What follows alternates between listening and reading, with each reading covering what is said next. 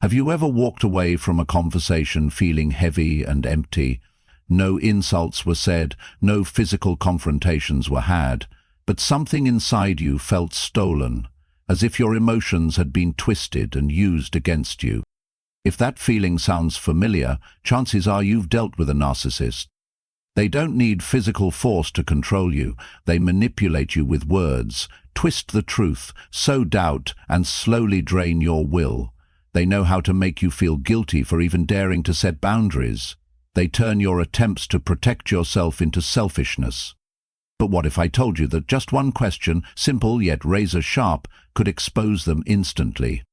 A question that causes the mask of manipulation to fall. A question that forces them, if only for a moment, to face their true nature. In today's video, we're not just talking about narcissistic behavior. We're going to dive into their minds, where their insecurities, their vulnerable egos, and their desire to control others lie. More importantly, you'll learn how to regain emotional control and restore peace without losing your compassion. By the end of this video, you'll have a better understanding of the psychology behind manipulation, be able to identify common tactics, and most importantly, know how to use key questions to uncover the truth. Stoic philosophy will be our foundation, helping you stay rational, not get caught up in the whirlwind of emotions, and always be in control of your reactions. Because, as Marcus Aurelius said, you have power over your mind, not over what happens outside. Be aware of that, and you will find power. This is not a fight to change the narcissist, because that is beyond your control. The goal is to understand, stand your ground, and master your reactions, so you are no longer a pawn in their emotional game. If you are ready to take back your peace and control, join me on this journey. Part 1. Early warning signs. When the mask is still smiling. Not everyone who is selfish, arrogant, or boastful is a narcissist. But there are subtle signs that, when put together, gradually paint a clear portrait of someone who lives for power, not for love. Someone who doesn't connect, but only possesses. Recognizing these signs early on is the best way to protect yourself from a cycle of subtle manipulation later on. 1. Feeling out of balance, even when everything seems normal. Narcissists don't always come across as cold-faced or malicious at first. On the contrary, the initial stages are often charming, flattering, and alluring. They make you feel special, chosen, and appreciated. And that's the first part of the trap. But soon you'll start to feel a vague imbalance. You're giving more, you're taking more initiative, and the attention always seems to flow in one direction. Even though there's no offense, your intuition starts to warn you. Stoic philosophy teaches us not to ignore that feeling, because it is the first signal from reason. 2. Feeling wrong every time you set a limit. When you say no, they don't listen. They negotiate, coerce, or worse, turn your refusal into a sign of betrayal. You can no longer simply state your needs without being labeled as selfish, inconsiderate, or unthinking of others. In their eyes, boundaries are challenges to be crossed, not something to be respected. Stoicism emphasizes that boundaries are not a lack of compassion, but a manifestation of self-respect. People who don't respect your boundaries don't respect you. 3. Lack of genuine empathy. Narcissists don't really care about your feelings. They only care about whether you continue to serve their needs. They may pretend to care, but that care is always conditional. They ignore your pain, minimize it, even turn it into your responsibility. If you are hurt, they say you are too sensitive. If you speak up, they ask, why are you making such a big deal out of it? They may pretend to listen, but they never really listen. A healthy mind will stop when you hurt. A narcissist will ask why you are holding them back. 4. The never-ending desire to be admired. They don't need connection, they need admiration. Compliments are fuel for a hungry ego. But the problem is, it's never enough. Praise, they want more. You go silent one day, they think you're cold. You succeed, they feel threatened. And if they are not placed in a central position, they will become angry, distant, or punish you with silence, cold withdrawal. This admiration comes not from love and trust, but from the need to affirm an unstable ego. 5. Manipulate by making you doubt yourself. Narcissists don't argue to find the truth. They argue to win you over, to control you. They play with words, distort memories, and leave you with the feeling, maybe I'm imagining things, maybe I've misunderstood. This is one of the most dangerous tactics, gaslighting, making you doubt your own memories, emotions, and stance. Marcus Aurelius once wrote, "The soul is colored by the thoughts it feeds on." If you allow yourself to be surrounded by lies and distortions, you will gradually lose the truth, not only about others, but about yourself. It's not how they behave when they're good, it's how they react when you speak up. A healthy person will stop, listen, and adjust. A narcissist will attack, deny, or victimize. They will say that you are too sensitive, that you always mess things up, or that you don't know how you're hurting them. And then the mask began to crack. If you find yourself constantly having to justify your feelings, prove your worth, or apologize for having boundaries, then you're probably not in a relationship. You're in a hidden control game. But you are not helpless, because there is a single question, if asked at the right time, that will reveal everything. Part 2. Practical application. Strategy. Turning awareness into life power, step by step to escape manipulation and master yourself. Recognizing a narcissist is the first step.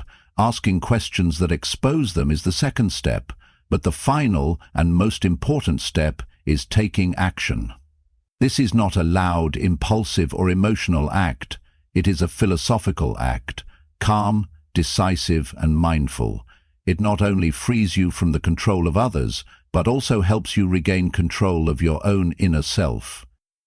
Here is a practical 7-step system built from Stoic philosophy and modern psychology to help you protect the peace you deserve. Step 1. Focus on controlling yourself, not others. One of the biggest illusions when dealing with a narcissist is thinking that you can change them. But as Marcus Aurelius wrote, "You have power over your mind, not over outside events." Strategy. Stop expecting them to understand you, sympathize with you, or act reasonably. Instead, ask, how can I respond without losing myself? When you shift the focus from them to yourself, you cut off the current that maintains their power. Step 2. Act from stillness. Don't react from emotion. Narcissists are masters at provoking emotions. They win when you lose your temper. They control when you feel guilty. So, calmness is the most powerful weapon. Strategy. Pause 5 seconds before each response. If you feel your heart racing or your voice shaking, don't answer right away. Take a deep breath, observe. Remember, the faster you react, the more power you lose. Epictetus reminds, if someone makes you angry, understand that your mind has agreed to it. Step 3. Set clear limits and stick to them without excuses. A boundary doesn't really exist unless it's enforced, and if you have to convince someone to respect your boundary, they didn't respect you in the first place. Strategy. When setting boundaries, use simple, non-permissive sentences. Don't use the words, sorry, I just, maybe. Say, I don't take that kind of talk. I will leave if this continues. Not everyone will like your boundaries, but the worthy will respect them. The unworthy will move on. Step 4. No explanation, silence is the best resistance. Over-explaining is the gateway to manipulation. Narcissists don't look for you, they look for holes in your reasoning. Strategy. When you get a reaction like, "Why are you so selfish? Why are you so cold?" just repeat the boundary, "I made that clear." No arguments, no justifications, no need for their acceptance. Seneca said, "The silence of the wise man sometimes speaks louder than 1,000 words of a fool." Step 5. Watch the behavior, don't trust the words. The best manipulators are good at talking, apologizing, and making promises, but actions are the truth, and words are just a mask. Strategy. Take note of the times they push boundaries instead of expecting them to be different. Ask yourself, am I forgiving or am I ignoring to avoid confrontation? The answer isn't in their mouths, it's in their repetitive behavior. Step 6. Proactively withdraw, not out of anger, but out of self-respect. Withdrawal is not giving up. Withdrawal is putting an end to the abuse. And when you withdraw properly, quietly, without anger, without drama, you regain your inner power. Strategy. Stop contacting. Don't reply to vague messages or half-hearted apologies. Don't wait for approval. Your actions are the ultimate proof. Marcus Aurelius once wrote, "No one can offend you if you do not allow yourself to be offended." Step 7. Rebuild your relationship with yourself. Breaking free from the influence of a manipulator is an inner rebirth.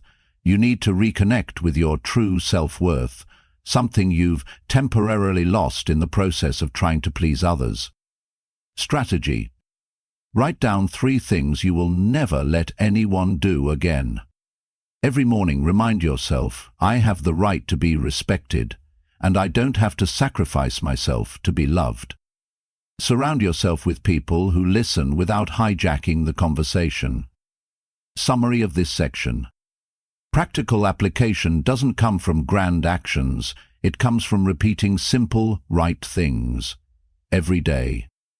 One time, no explanation. A timely retreat. Keep quiet for once instead of arguing. Say no once without feeling guilty. That is, not knowledge.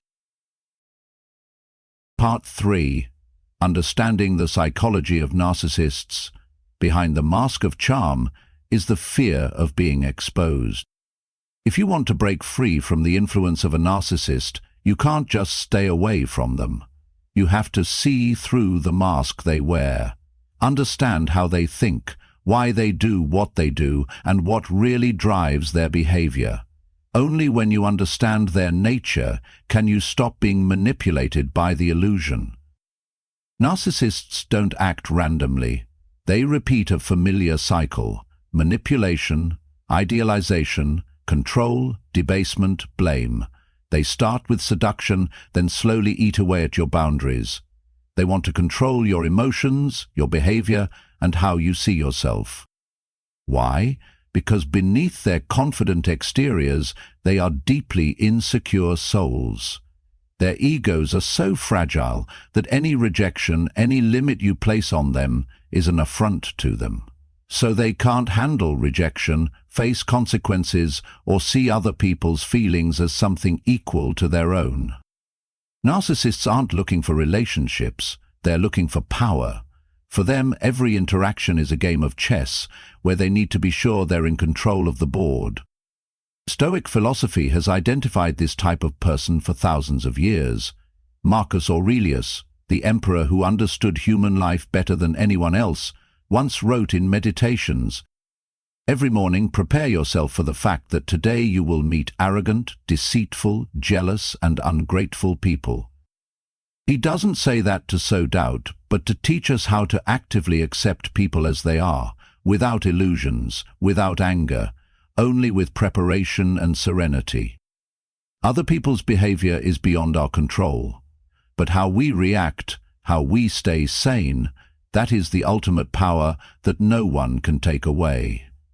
A narcissist doesn't fear your anger, they encourage it. They don't mind if you cry, argue, or try to explain. On the contrary, your emotions are the fuel they need to maintain control. They need you to lose your temper, because a person struggling with emotions is the easiest person to manipulate. Epictetus, one of the pillars of Stoic philosophy, wrote, "If someone makes you angry, it is because your mind has allowed it to happen." This is not a blame game, but a poignant reminder of inner strength. You can't stop a narcissist from saying toxic things, but you can choose not to let your mind be poisoned. But calm doesn't mean tolerance. It doesn't mean ignorance. It's a higher strategy. You see the whole picture, recognize the trick, and choose to respond with reason rather than instinct. When a manipulator fails to get a reaction from you, they lose their most powerful weapon. And it is there that we will use a powerful tool, a question, as sharp as a sword, causing their mask to fall off in an instant, not with confrontation, but with the simple truth, the truth they cannot bear. Part 4. Setting and protecting boundaries, when self-esteem becomes a fortress. Knowing how to expose a narcissist is an important step, but it's not a victory, because if you don't have strong boundaries, you'll soon be sucked back into the same cycle of manipulation, even though you once saw through their true nature. This is no longer a story of perception, it is a story of choosing to act. In the Stoic world, boundaries are not walls erected out of fear, but conscious affirmations of personal dignity. They are not rejections of others, they are acceptances of oneself. I deserve respect, and I will act as if that is the unshakable truth. 1. Boundaries aren't about controlling others, they're about defining yourself. Many people mistakenly believe that setting boundaries is a way to get others to change, but that is an illusion, and the illusion is exactly what Stoic philosophy warns against. You can't control anyone else. You can't force someone to listen, respect, or even be kind, but you can control what you accept, what you tolerate, and where you put your energy. That is the boundary. Seneca once said, "A man cannot be a slave if he refuses to bow his head." In the world of toxic relationships, boundaries are your freedom declaration. 2. A clear boundary doesn't need to be explained, just maintained. Narcissists don't want you to have boundaries, not because they hate boundaries, but because every time you explain yourself, they see a loophole to slip through. Every word you say is an opportunity for them to twist the issue, make you doubt yourself, and eventually remove the boundary.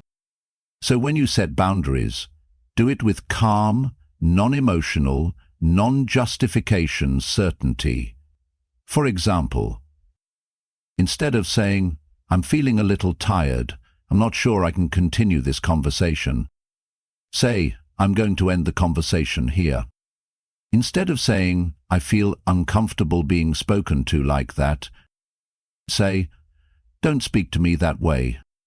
Short, clear, no openings, no haggling. The more concise you are, the less room they have to manipulate. 3. When they cross the line, you don't react, you act. A narcissist will try to push your boundaries, not once but multiple times. They may plead, persuade, play the victim, or even sweet-talk you back. But the correct response is not to argue or get angry, but to act quietly but firmly. You don't need to yell, "I warned you." You just need to follow through on what you said you would do if the boundary is crossed. If you say, "If you insult me again, I will leave," when that happens, leave. No turning back, no explaining. Marcus Aurelius wrote, "True strength is staying the course, even when others don't respect it." 4. Boundaries are not for punishment, they are for peace. Narcissists will make you feel guilty for setting boundaries. They will call you cold, selfish, or changed, but don't confuse quietness with coldness, self-esteem with calculation. You don't set boundaries out of revenge. You do it because you know the value of your inner peace. And no one, Not even someone you once loved has the right to violate that. Stoicism teaches that peace doesn't come from controlling the world, it comes from controlling what we allow into our minds. When you set boundaries, you are redrawing your energy map, clearly defining what is worthy of nurturing and what is worthy of being eliminated. 5. Boundaries are acts of compassion, first of all towards yourself. Many people think of setting boundaries as a hard, dry act, but in fact, it is an expression of the deepest compassion for yourself. You are not a tough person, you are a person who takes care of yourself, and when you take care of yourself properly, you also stop encouraging others to hurt you. A follower of Stoic philosophy would understand. I don't set boundaries to exclude others, I set boundaries to keep myself from being excluded. Conclusion of this section. Boundaries aren't something you say, they're something you do, over and over again, without needing to be accepted. They are our inner compass, our guardrails of sanity, our ultimate expression of self-respect in a world that can easily melt us away. Remember, no one needs to understand your boundaries for you to set them. No one needs to agree for you to maintain it. And no one has the right to define your kindness by your level of tolerance. Part 5.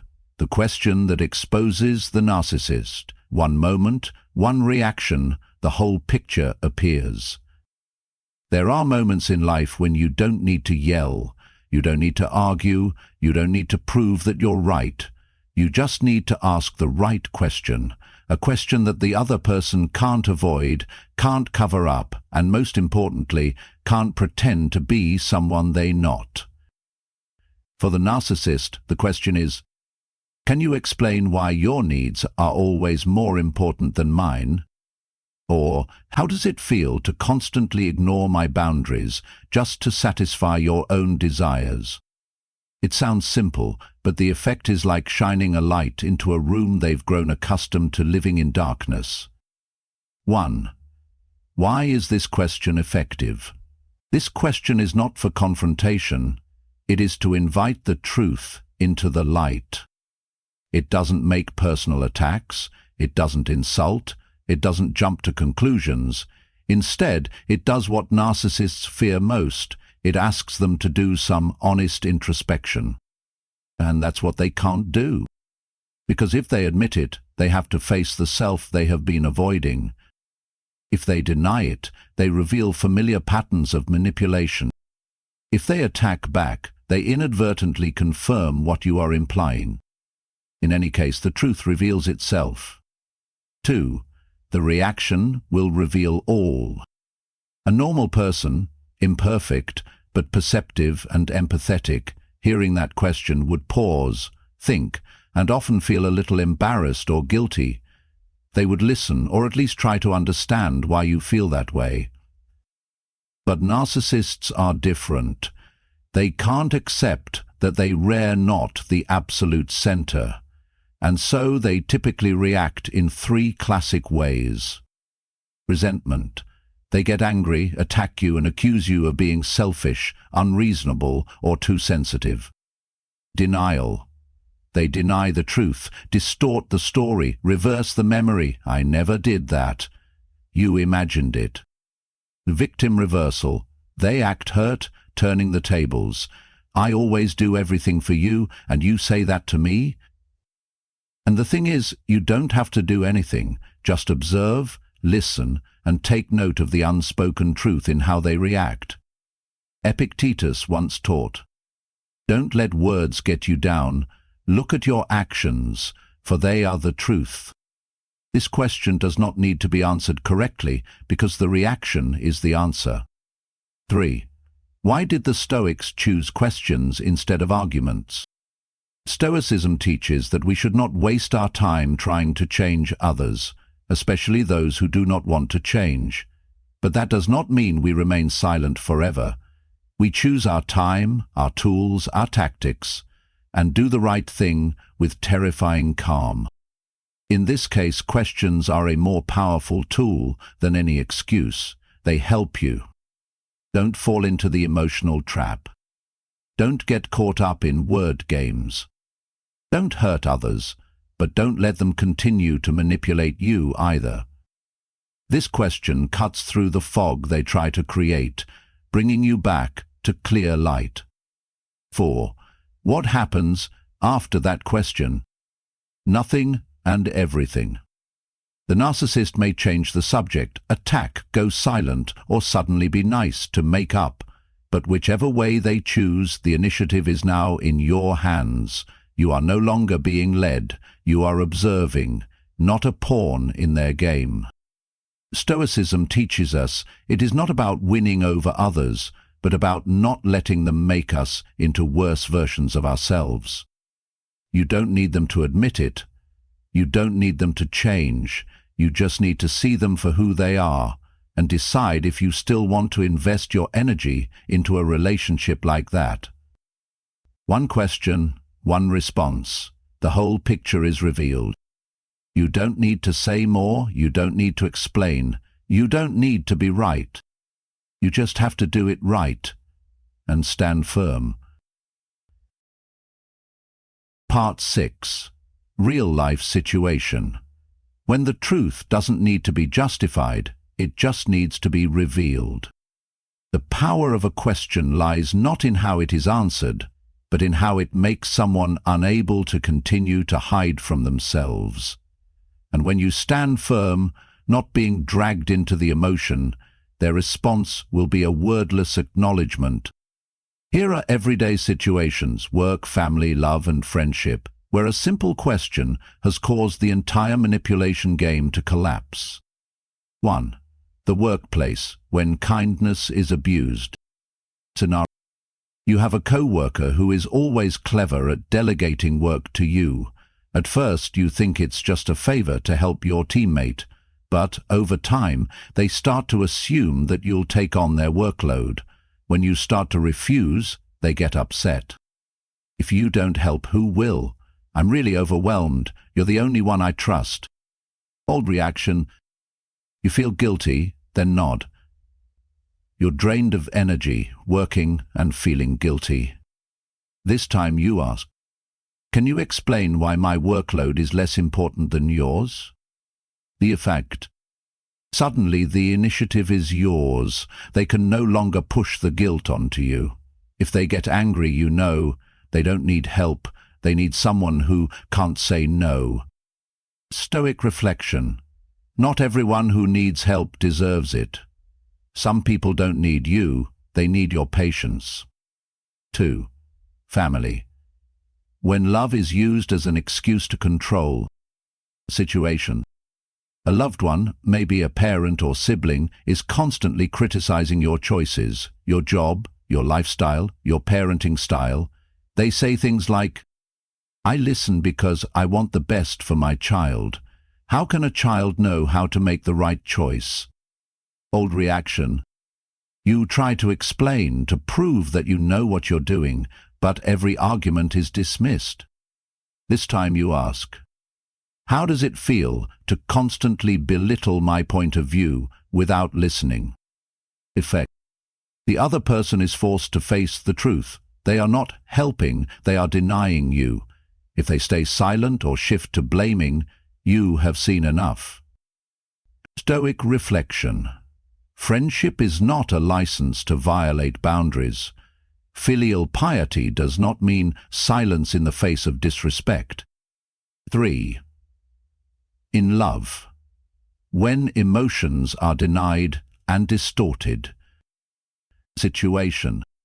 Every time you share something that hurts you, your partner turns around and blames you. You're too sensitive. If you hadn't made a big deal out of it, we wouldn't have argued. Old reaction. You start asking yourself, am I overreacting? And then apologize for your own feelings. This time, you ask, can you explain why my feelings don't deserve to be heard in this relationship? Effect. If they truly love you, this question will make them pause and reflect. If not, They will get angry, withdraw, or try to change the subject. Stoic reflection. Love is not a place where you constantly prove that your pain is justified. 4. In friendship, when the connection flows only one way. Scenario. A friend who always makes every conversation about them.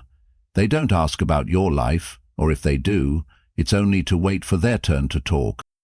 One day, after a long series of me stories, you asked, "Can you tell me the last thing you shared, just one thing about yourself?"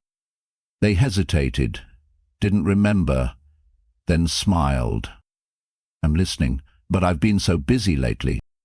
You ask again, "Can you explain why your experience never seems to matter in this conversation?" Effect. No matter how much they deny it or how much they argue, you already see the answer.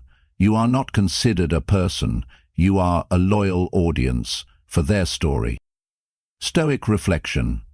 A true friendship is a sharing without measure, but always with mutual concern. 5. Yourself. When you learn to see and act. And sometimes the person you need to ask is yourself. Why do I stay in relationships that make me question my worth every day? Why do I stay silent when I'm hurting? Why am I more forgiving of manipulation than of my own feelings? These questions don't need excuses, they need courage to face. Stoic reflection.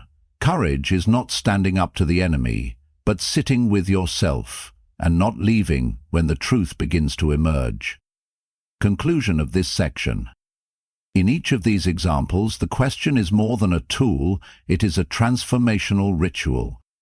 You are no longer a seeker of approval, you are a mirror to the truth. You are no longer trying to save the relationship, you are saving yourself. Take a moment and remember the last time you found yourself over-explaining and apologizing for your true feelings. Suffer in silence to keep an unhealthy relationship. Ask yourself why. Maybe you hoped, maybe you thought they'll figure it out, maybe you were more afraid of being alone than you were of being hurt. But there's one thing you need to know, and know it well. You don't have to stay in a place where you always have to prove your worth. A narcissist won't change because you show kindness to them. They won't wake up because you sacrifice too much, and they won't suddenly learn to truly love just because you love them with all your heart. But you can change how you respond to them. You can stop the cycle with a timely question. You can take a step back, rebuild your broken fence and say to yourself, "From here I choose myself." Stoicism does not teach you to be cold. It teaches you that peace comes not from controlling others, but from controlling yourself. You don't have to fight a narcissist. You just don't have to be like them. You don't have to win them over with words. You just have to retreat with such calmness that they can't touch you anymore. Marcus Aurelius once said, "Be strong like a rock that cannot be shaken by the waves. The clouds of anger will pass, but the rock remains a rock." And if you're thinking, "Am I strong enough to do this?" The answer is, you've always been strong. You just forgot. Now is the time to remember. Now is the time to live. Now is the time to say no, not to them, but to your weak old self. And that is the first step to true freedom. The day's actions. Write down one thing you will not allow anyone to do to you again. Write down a boundary you will never compromise on again. And write down a reminder to yourself every morning. I deserve peace, and I have the strength to keep it. You don't need more proof. You don't need anyone's approval. You don't need another hurt to wake you up. You just decide.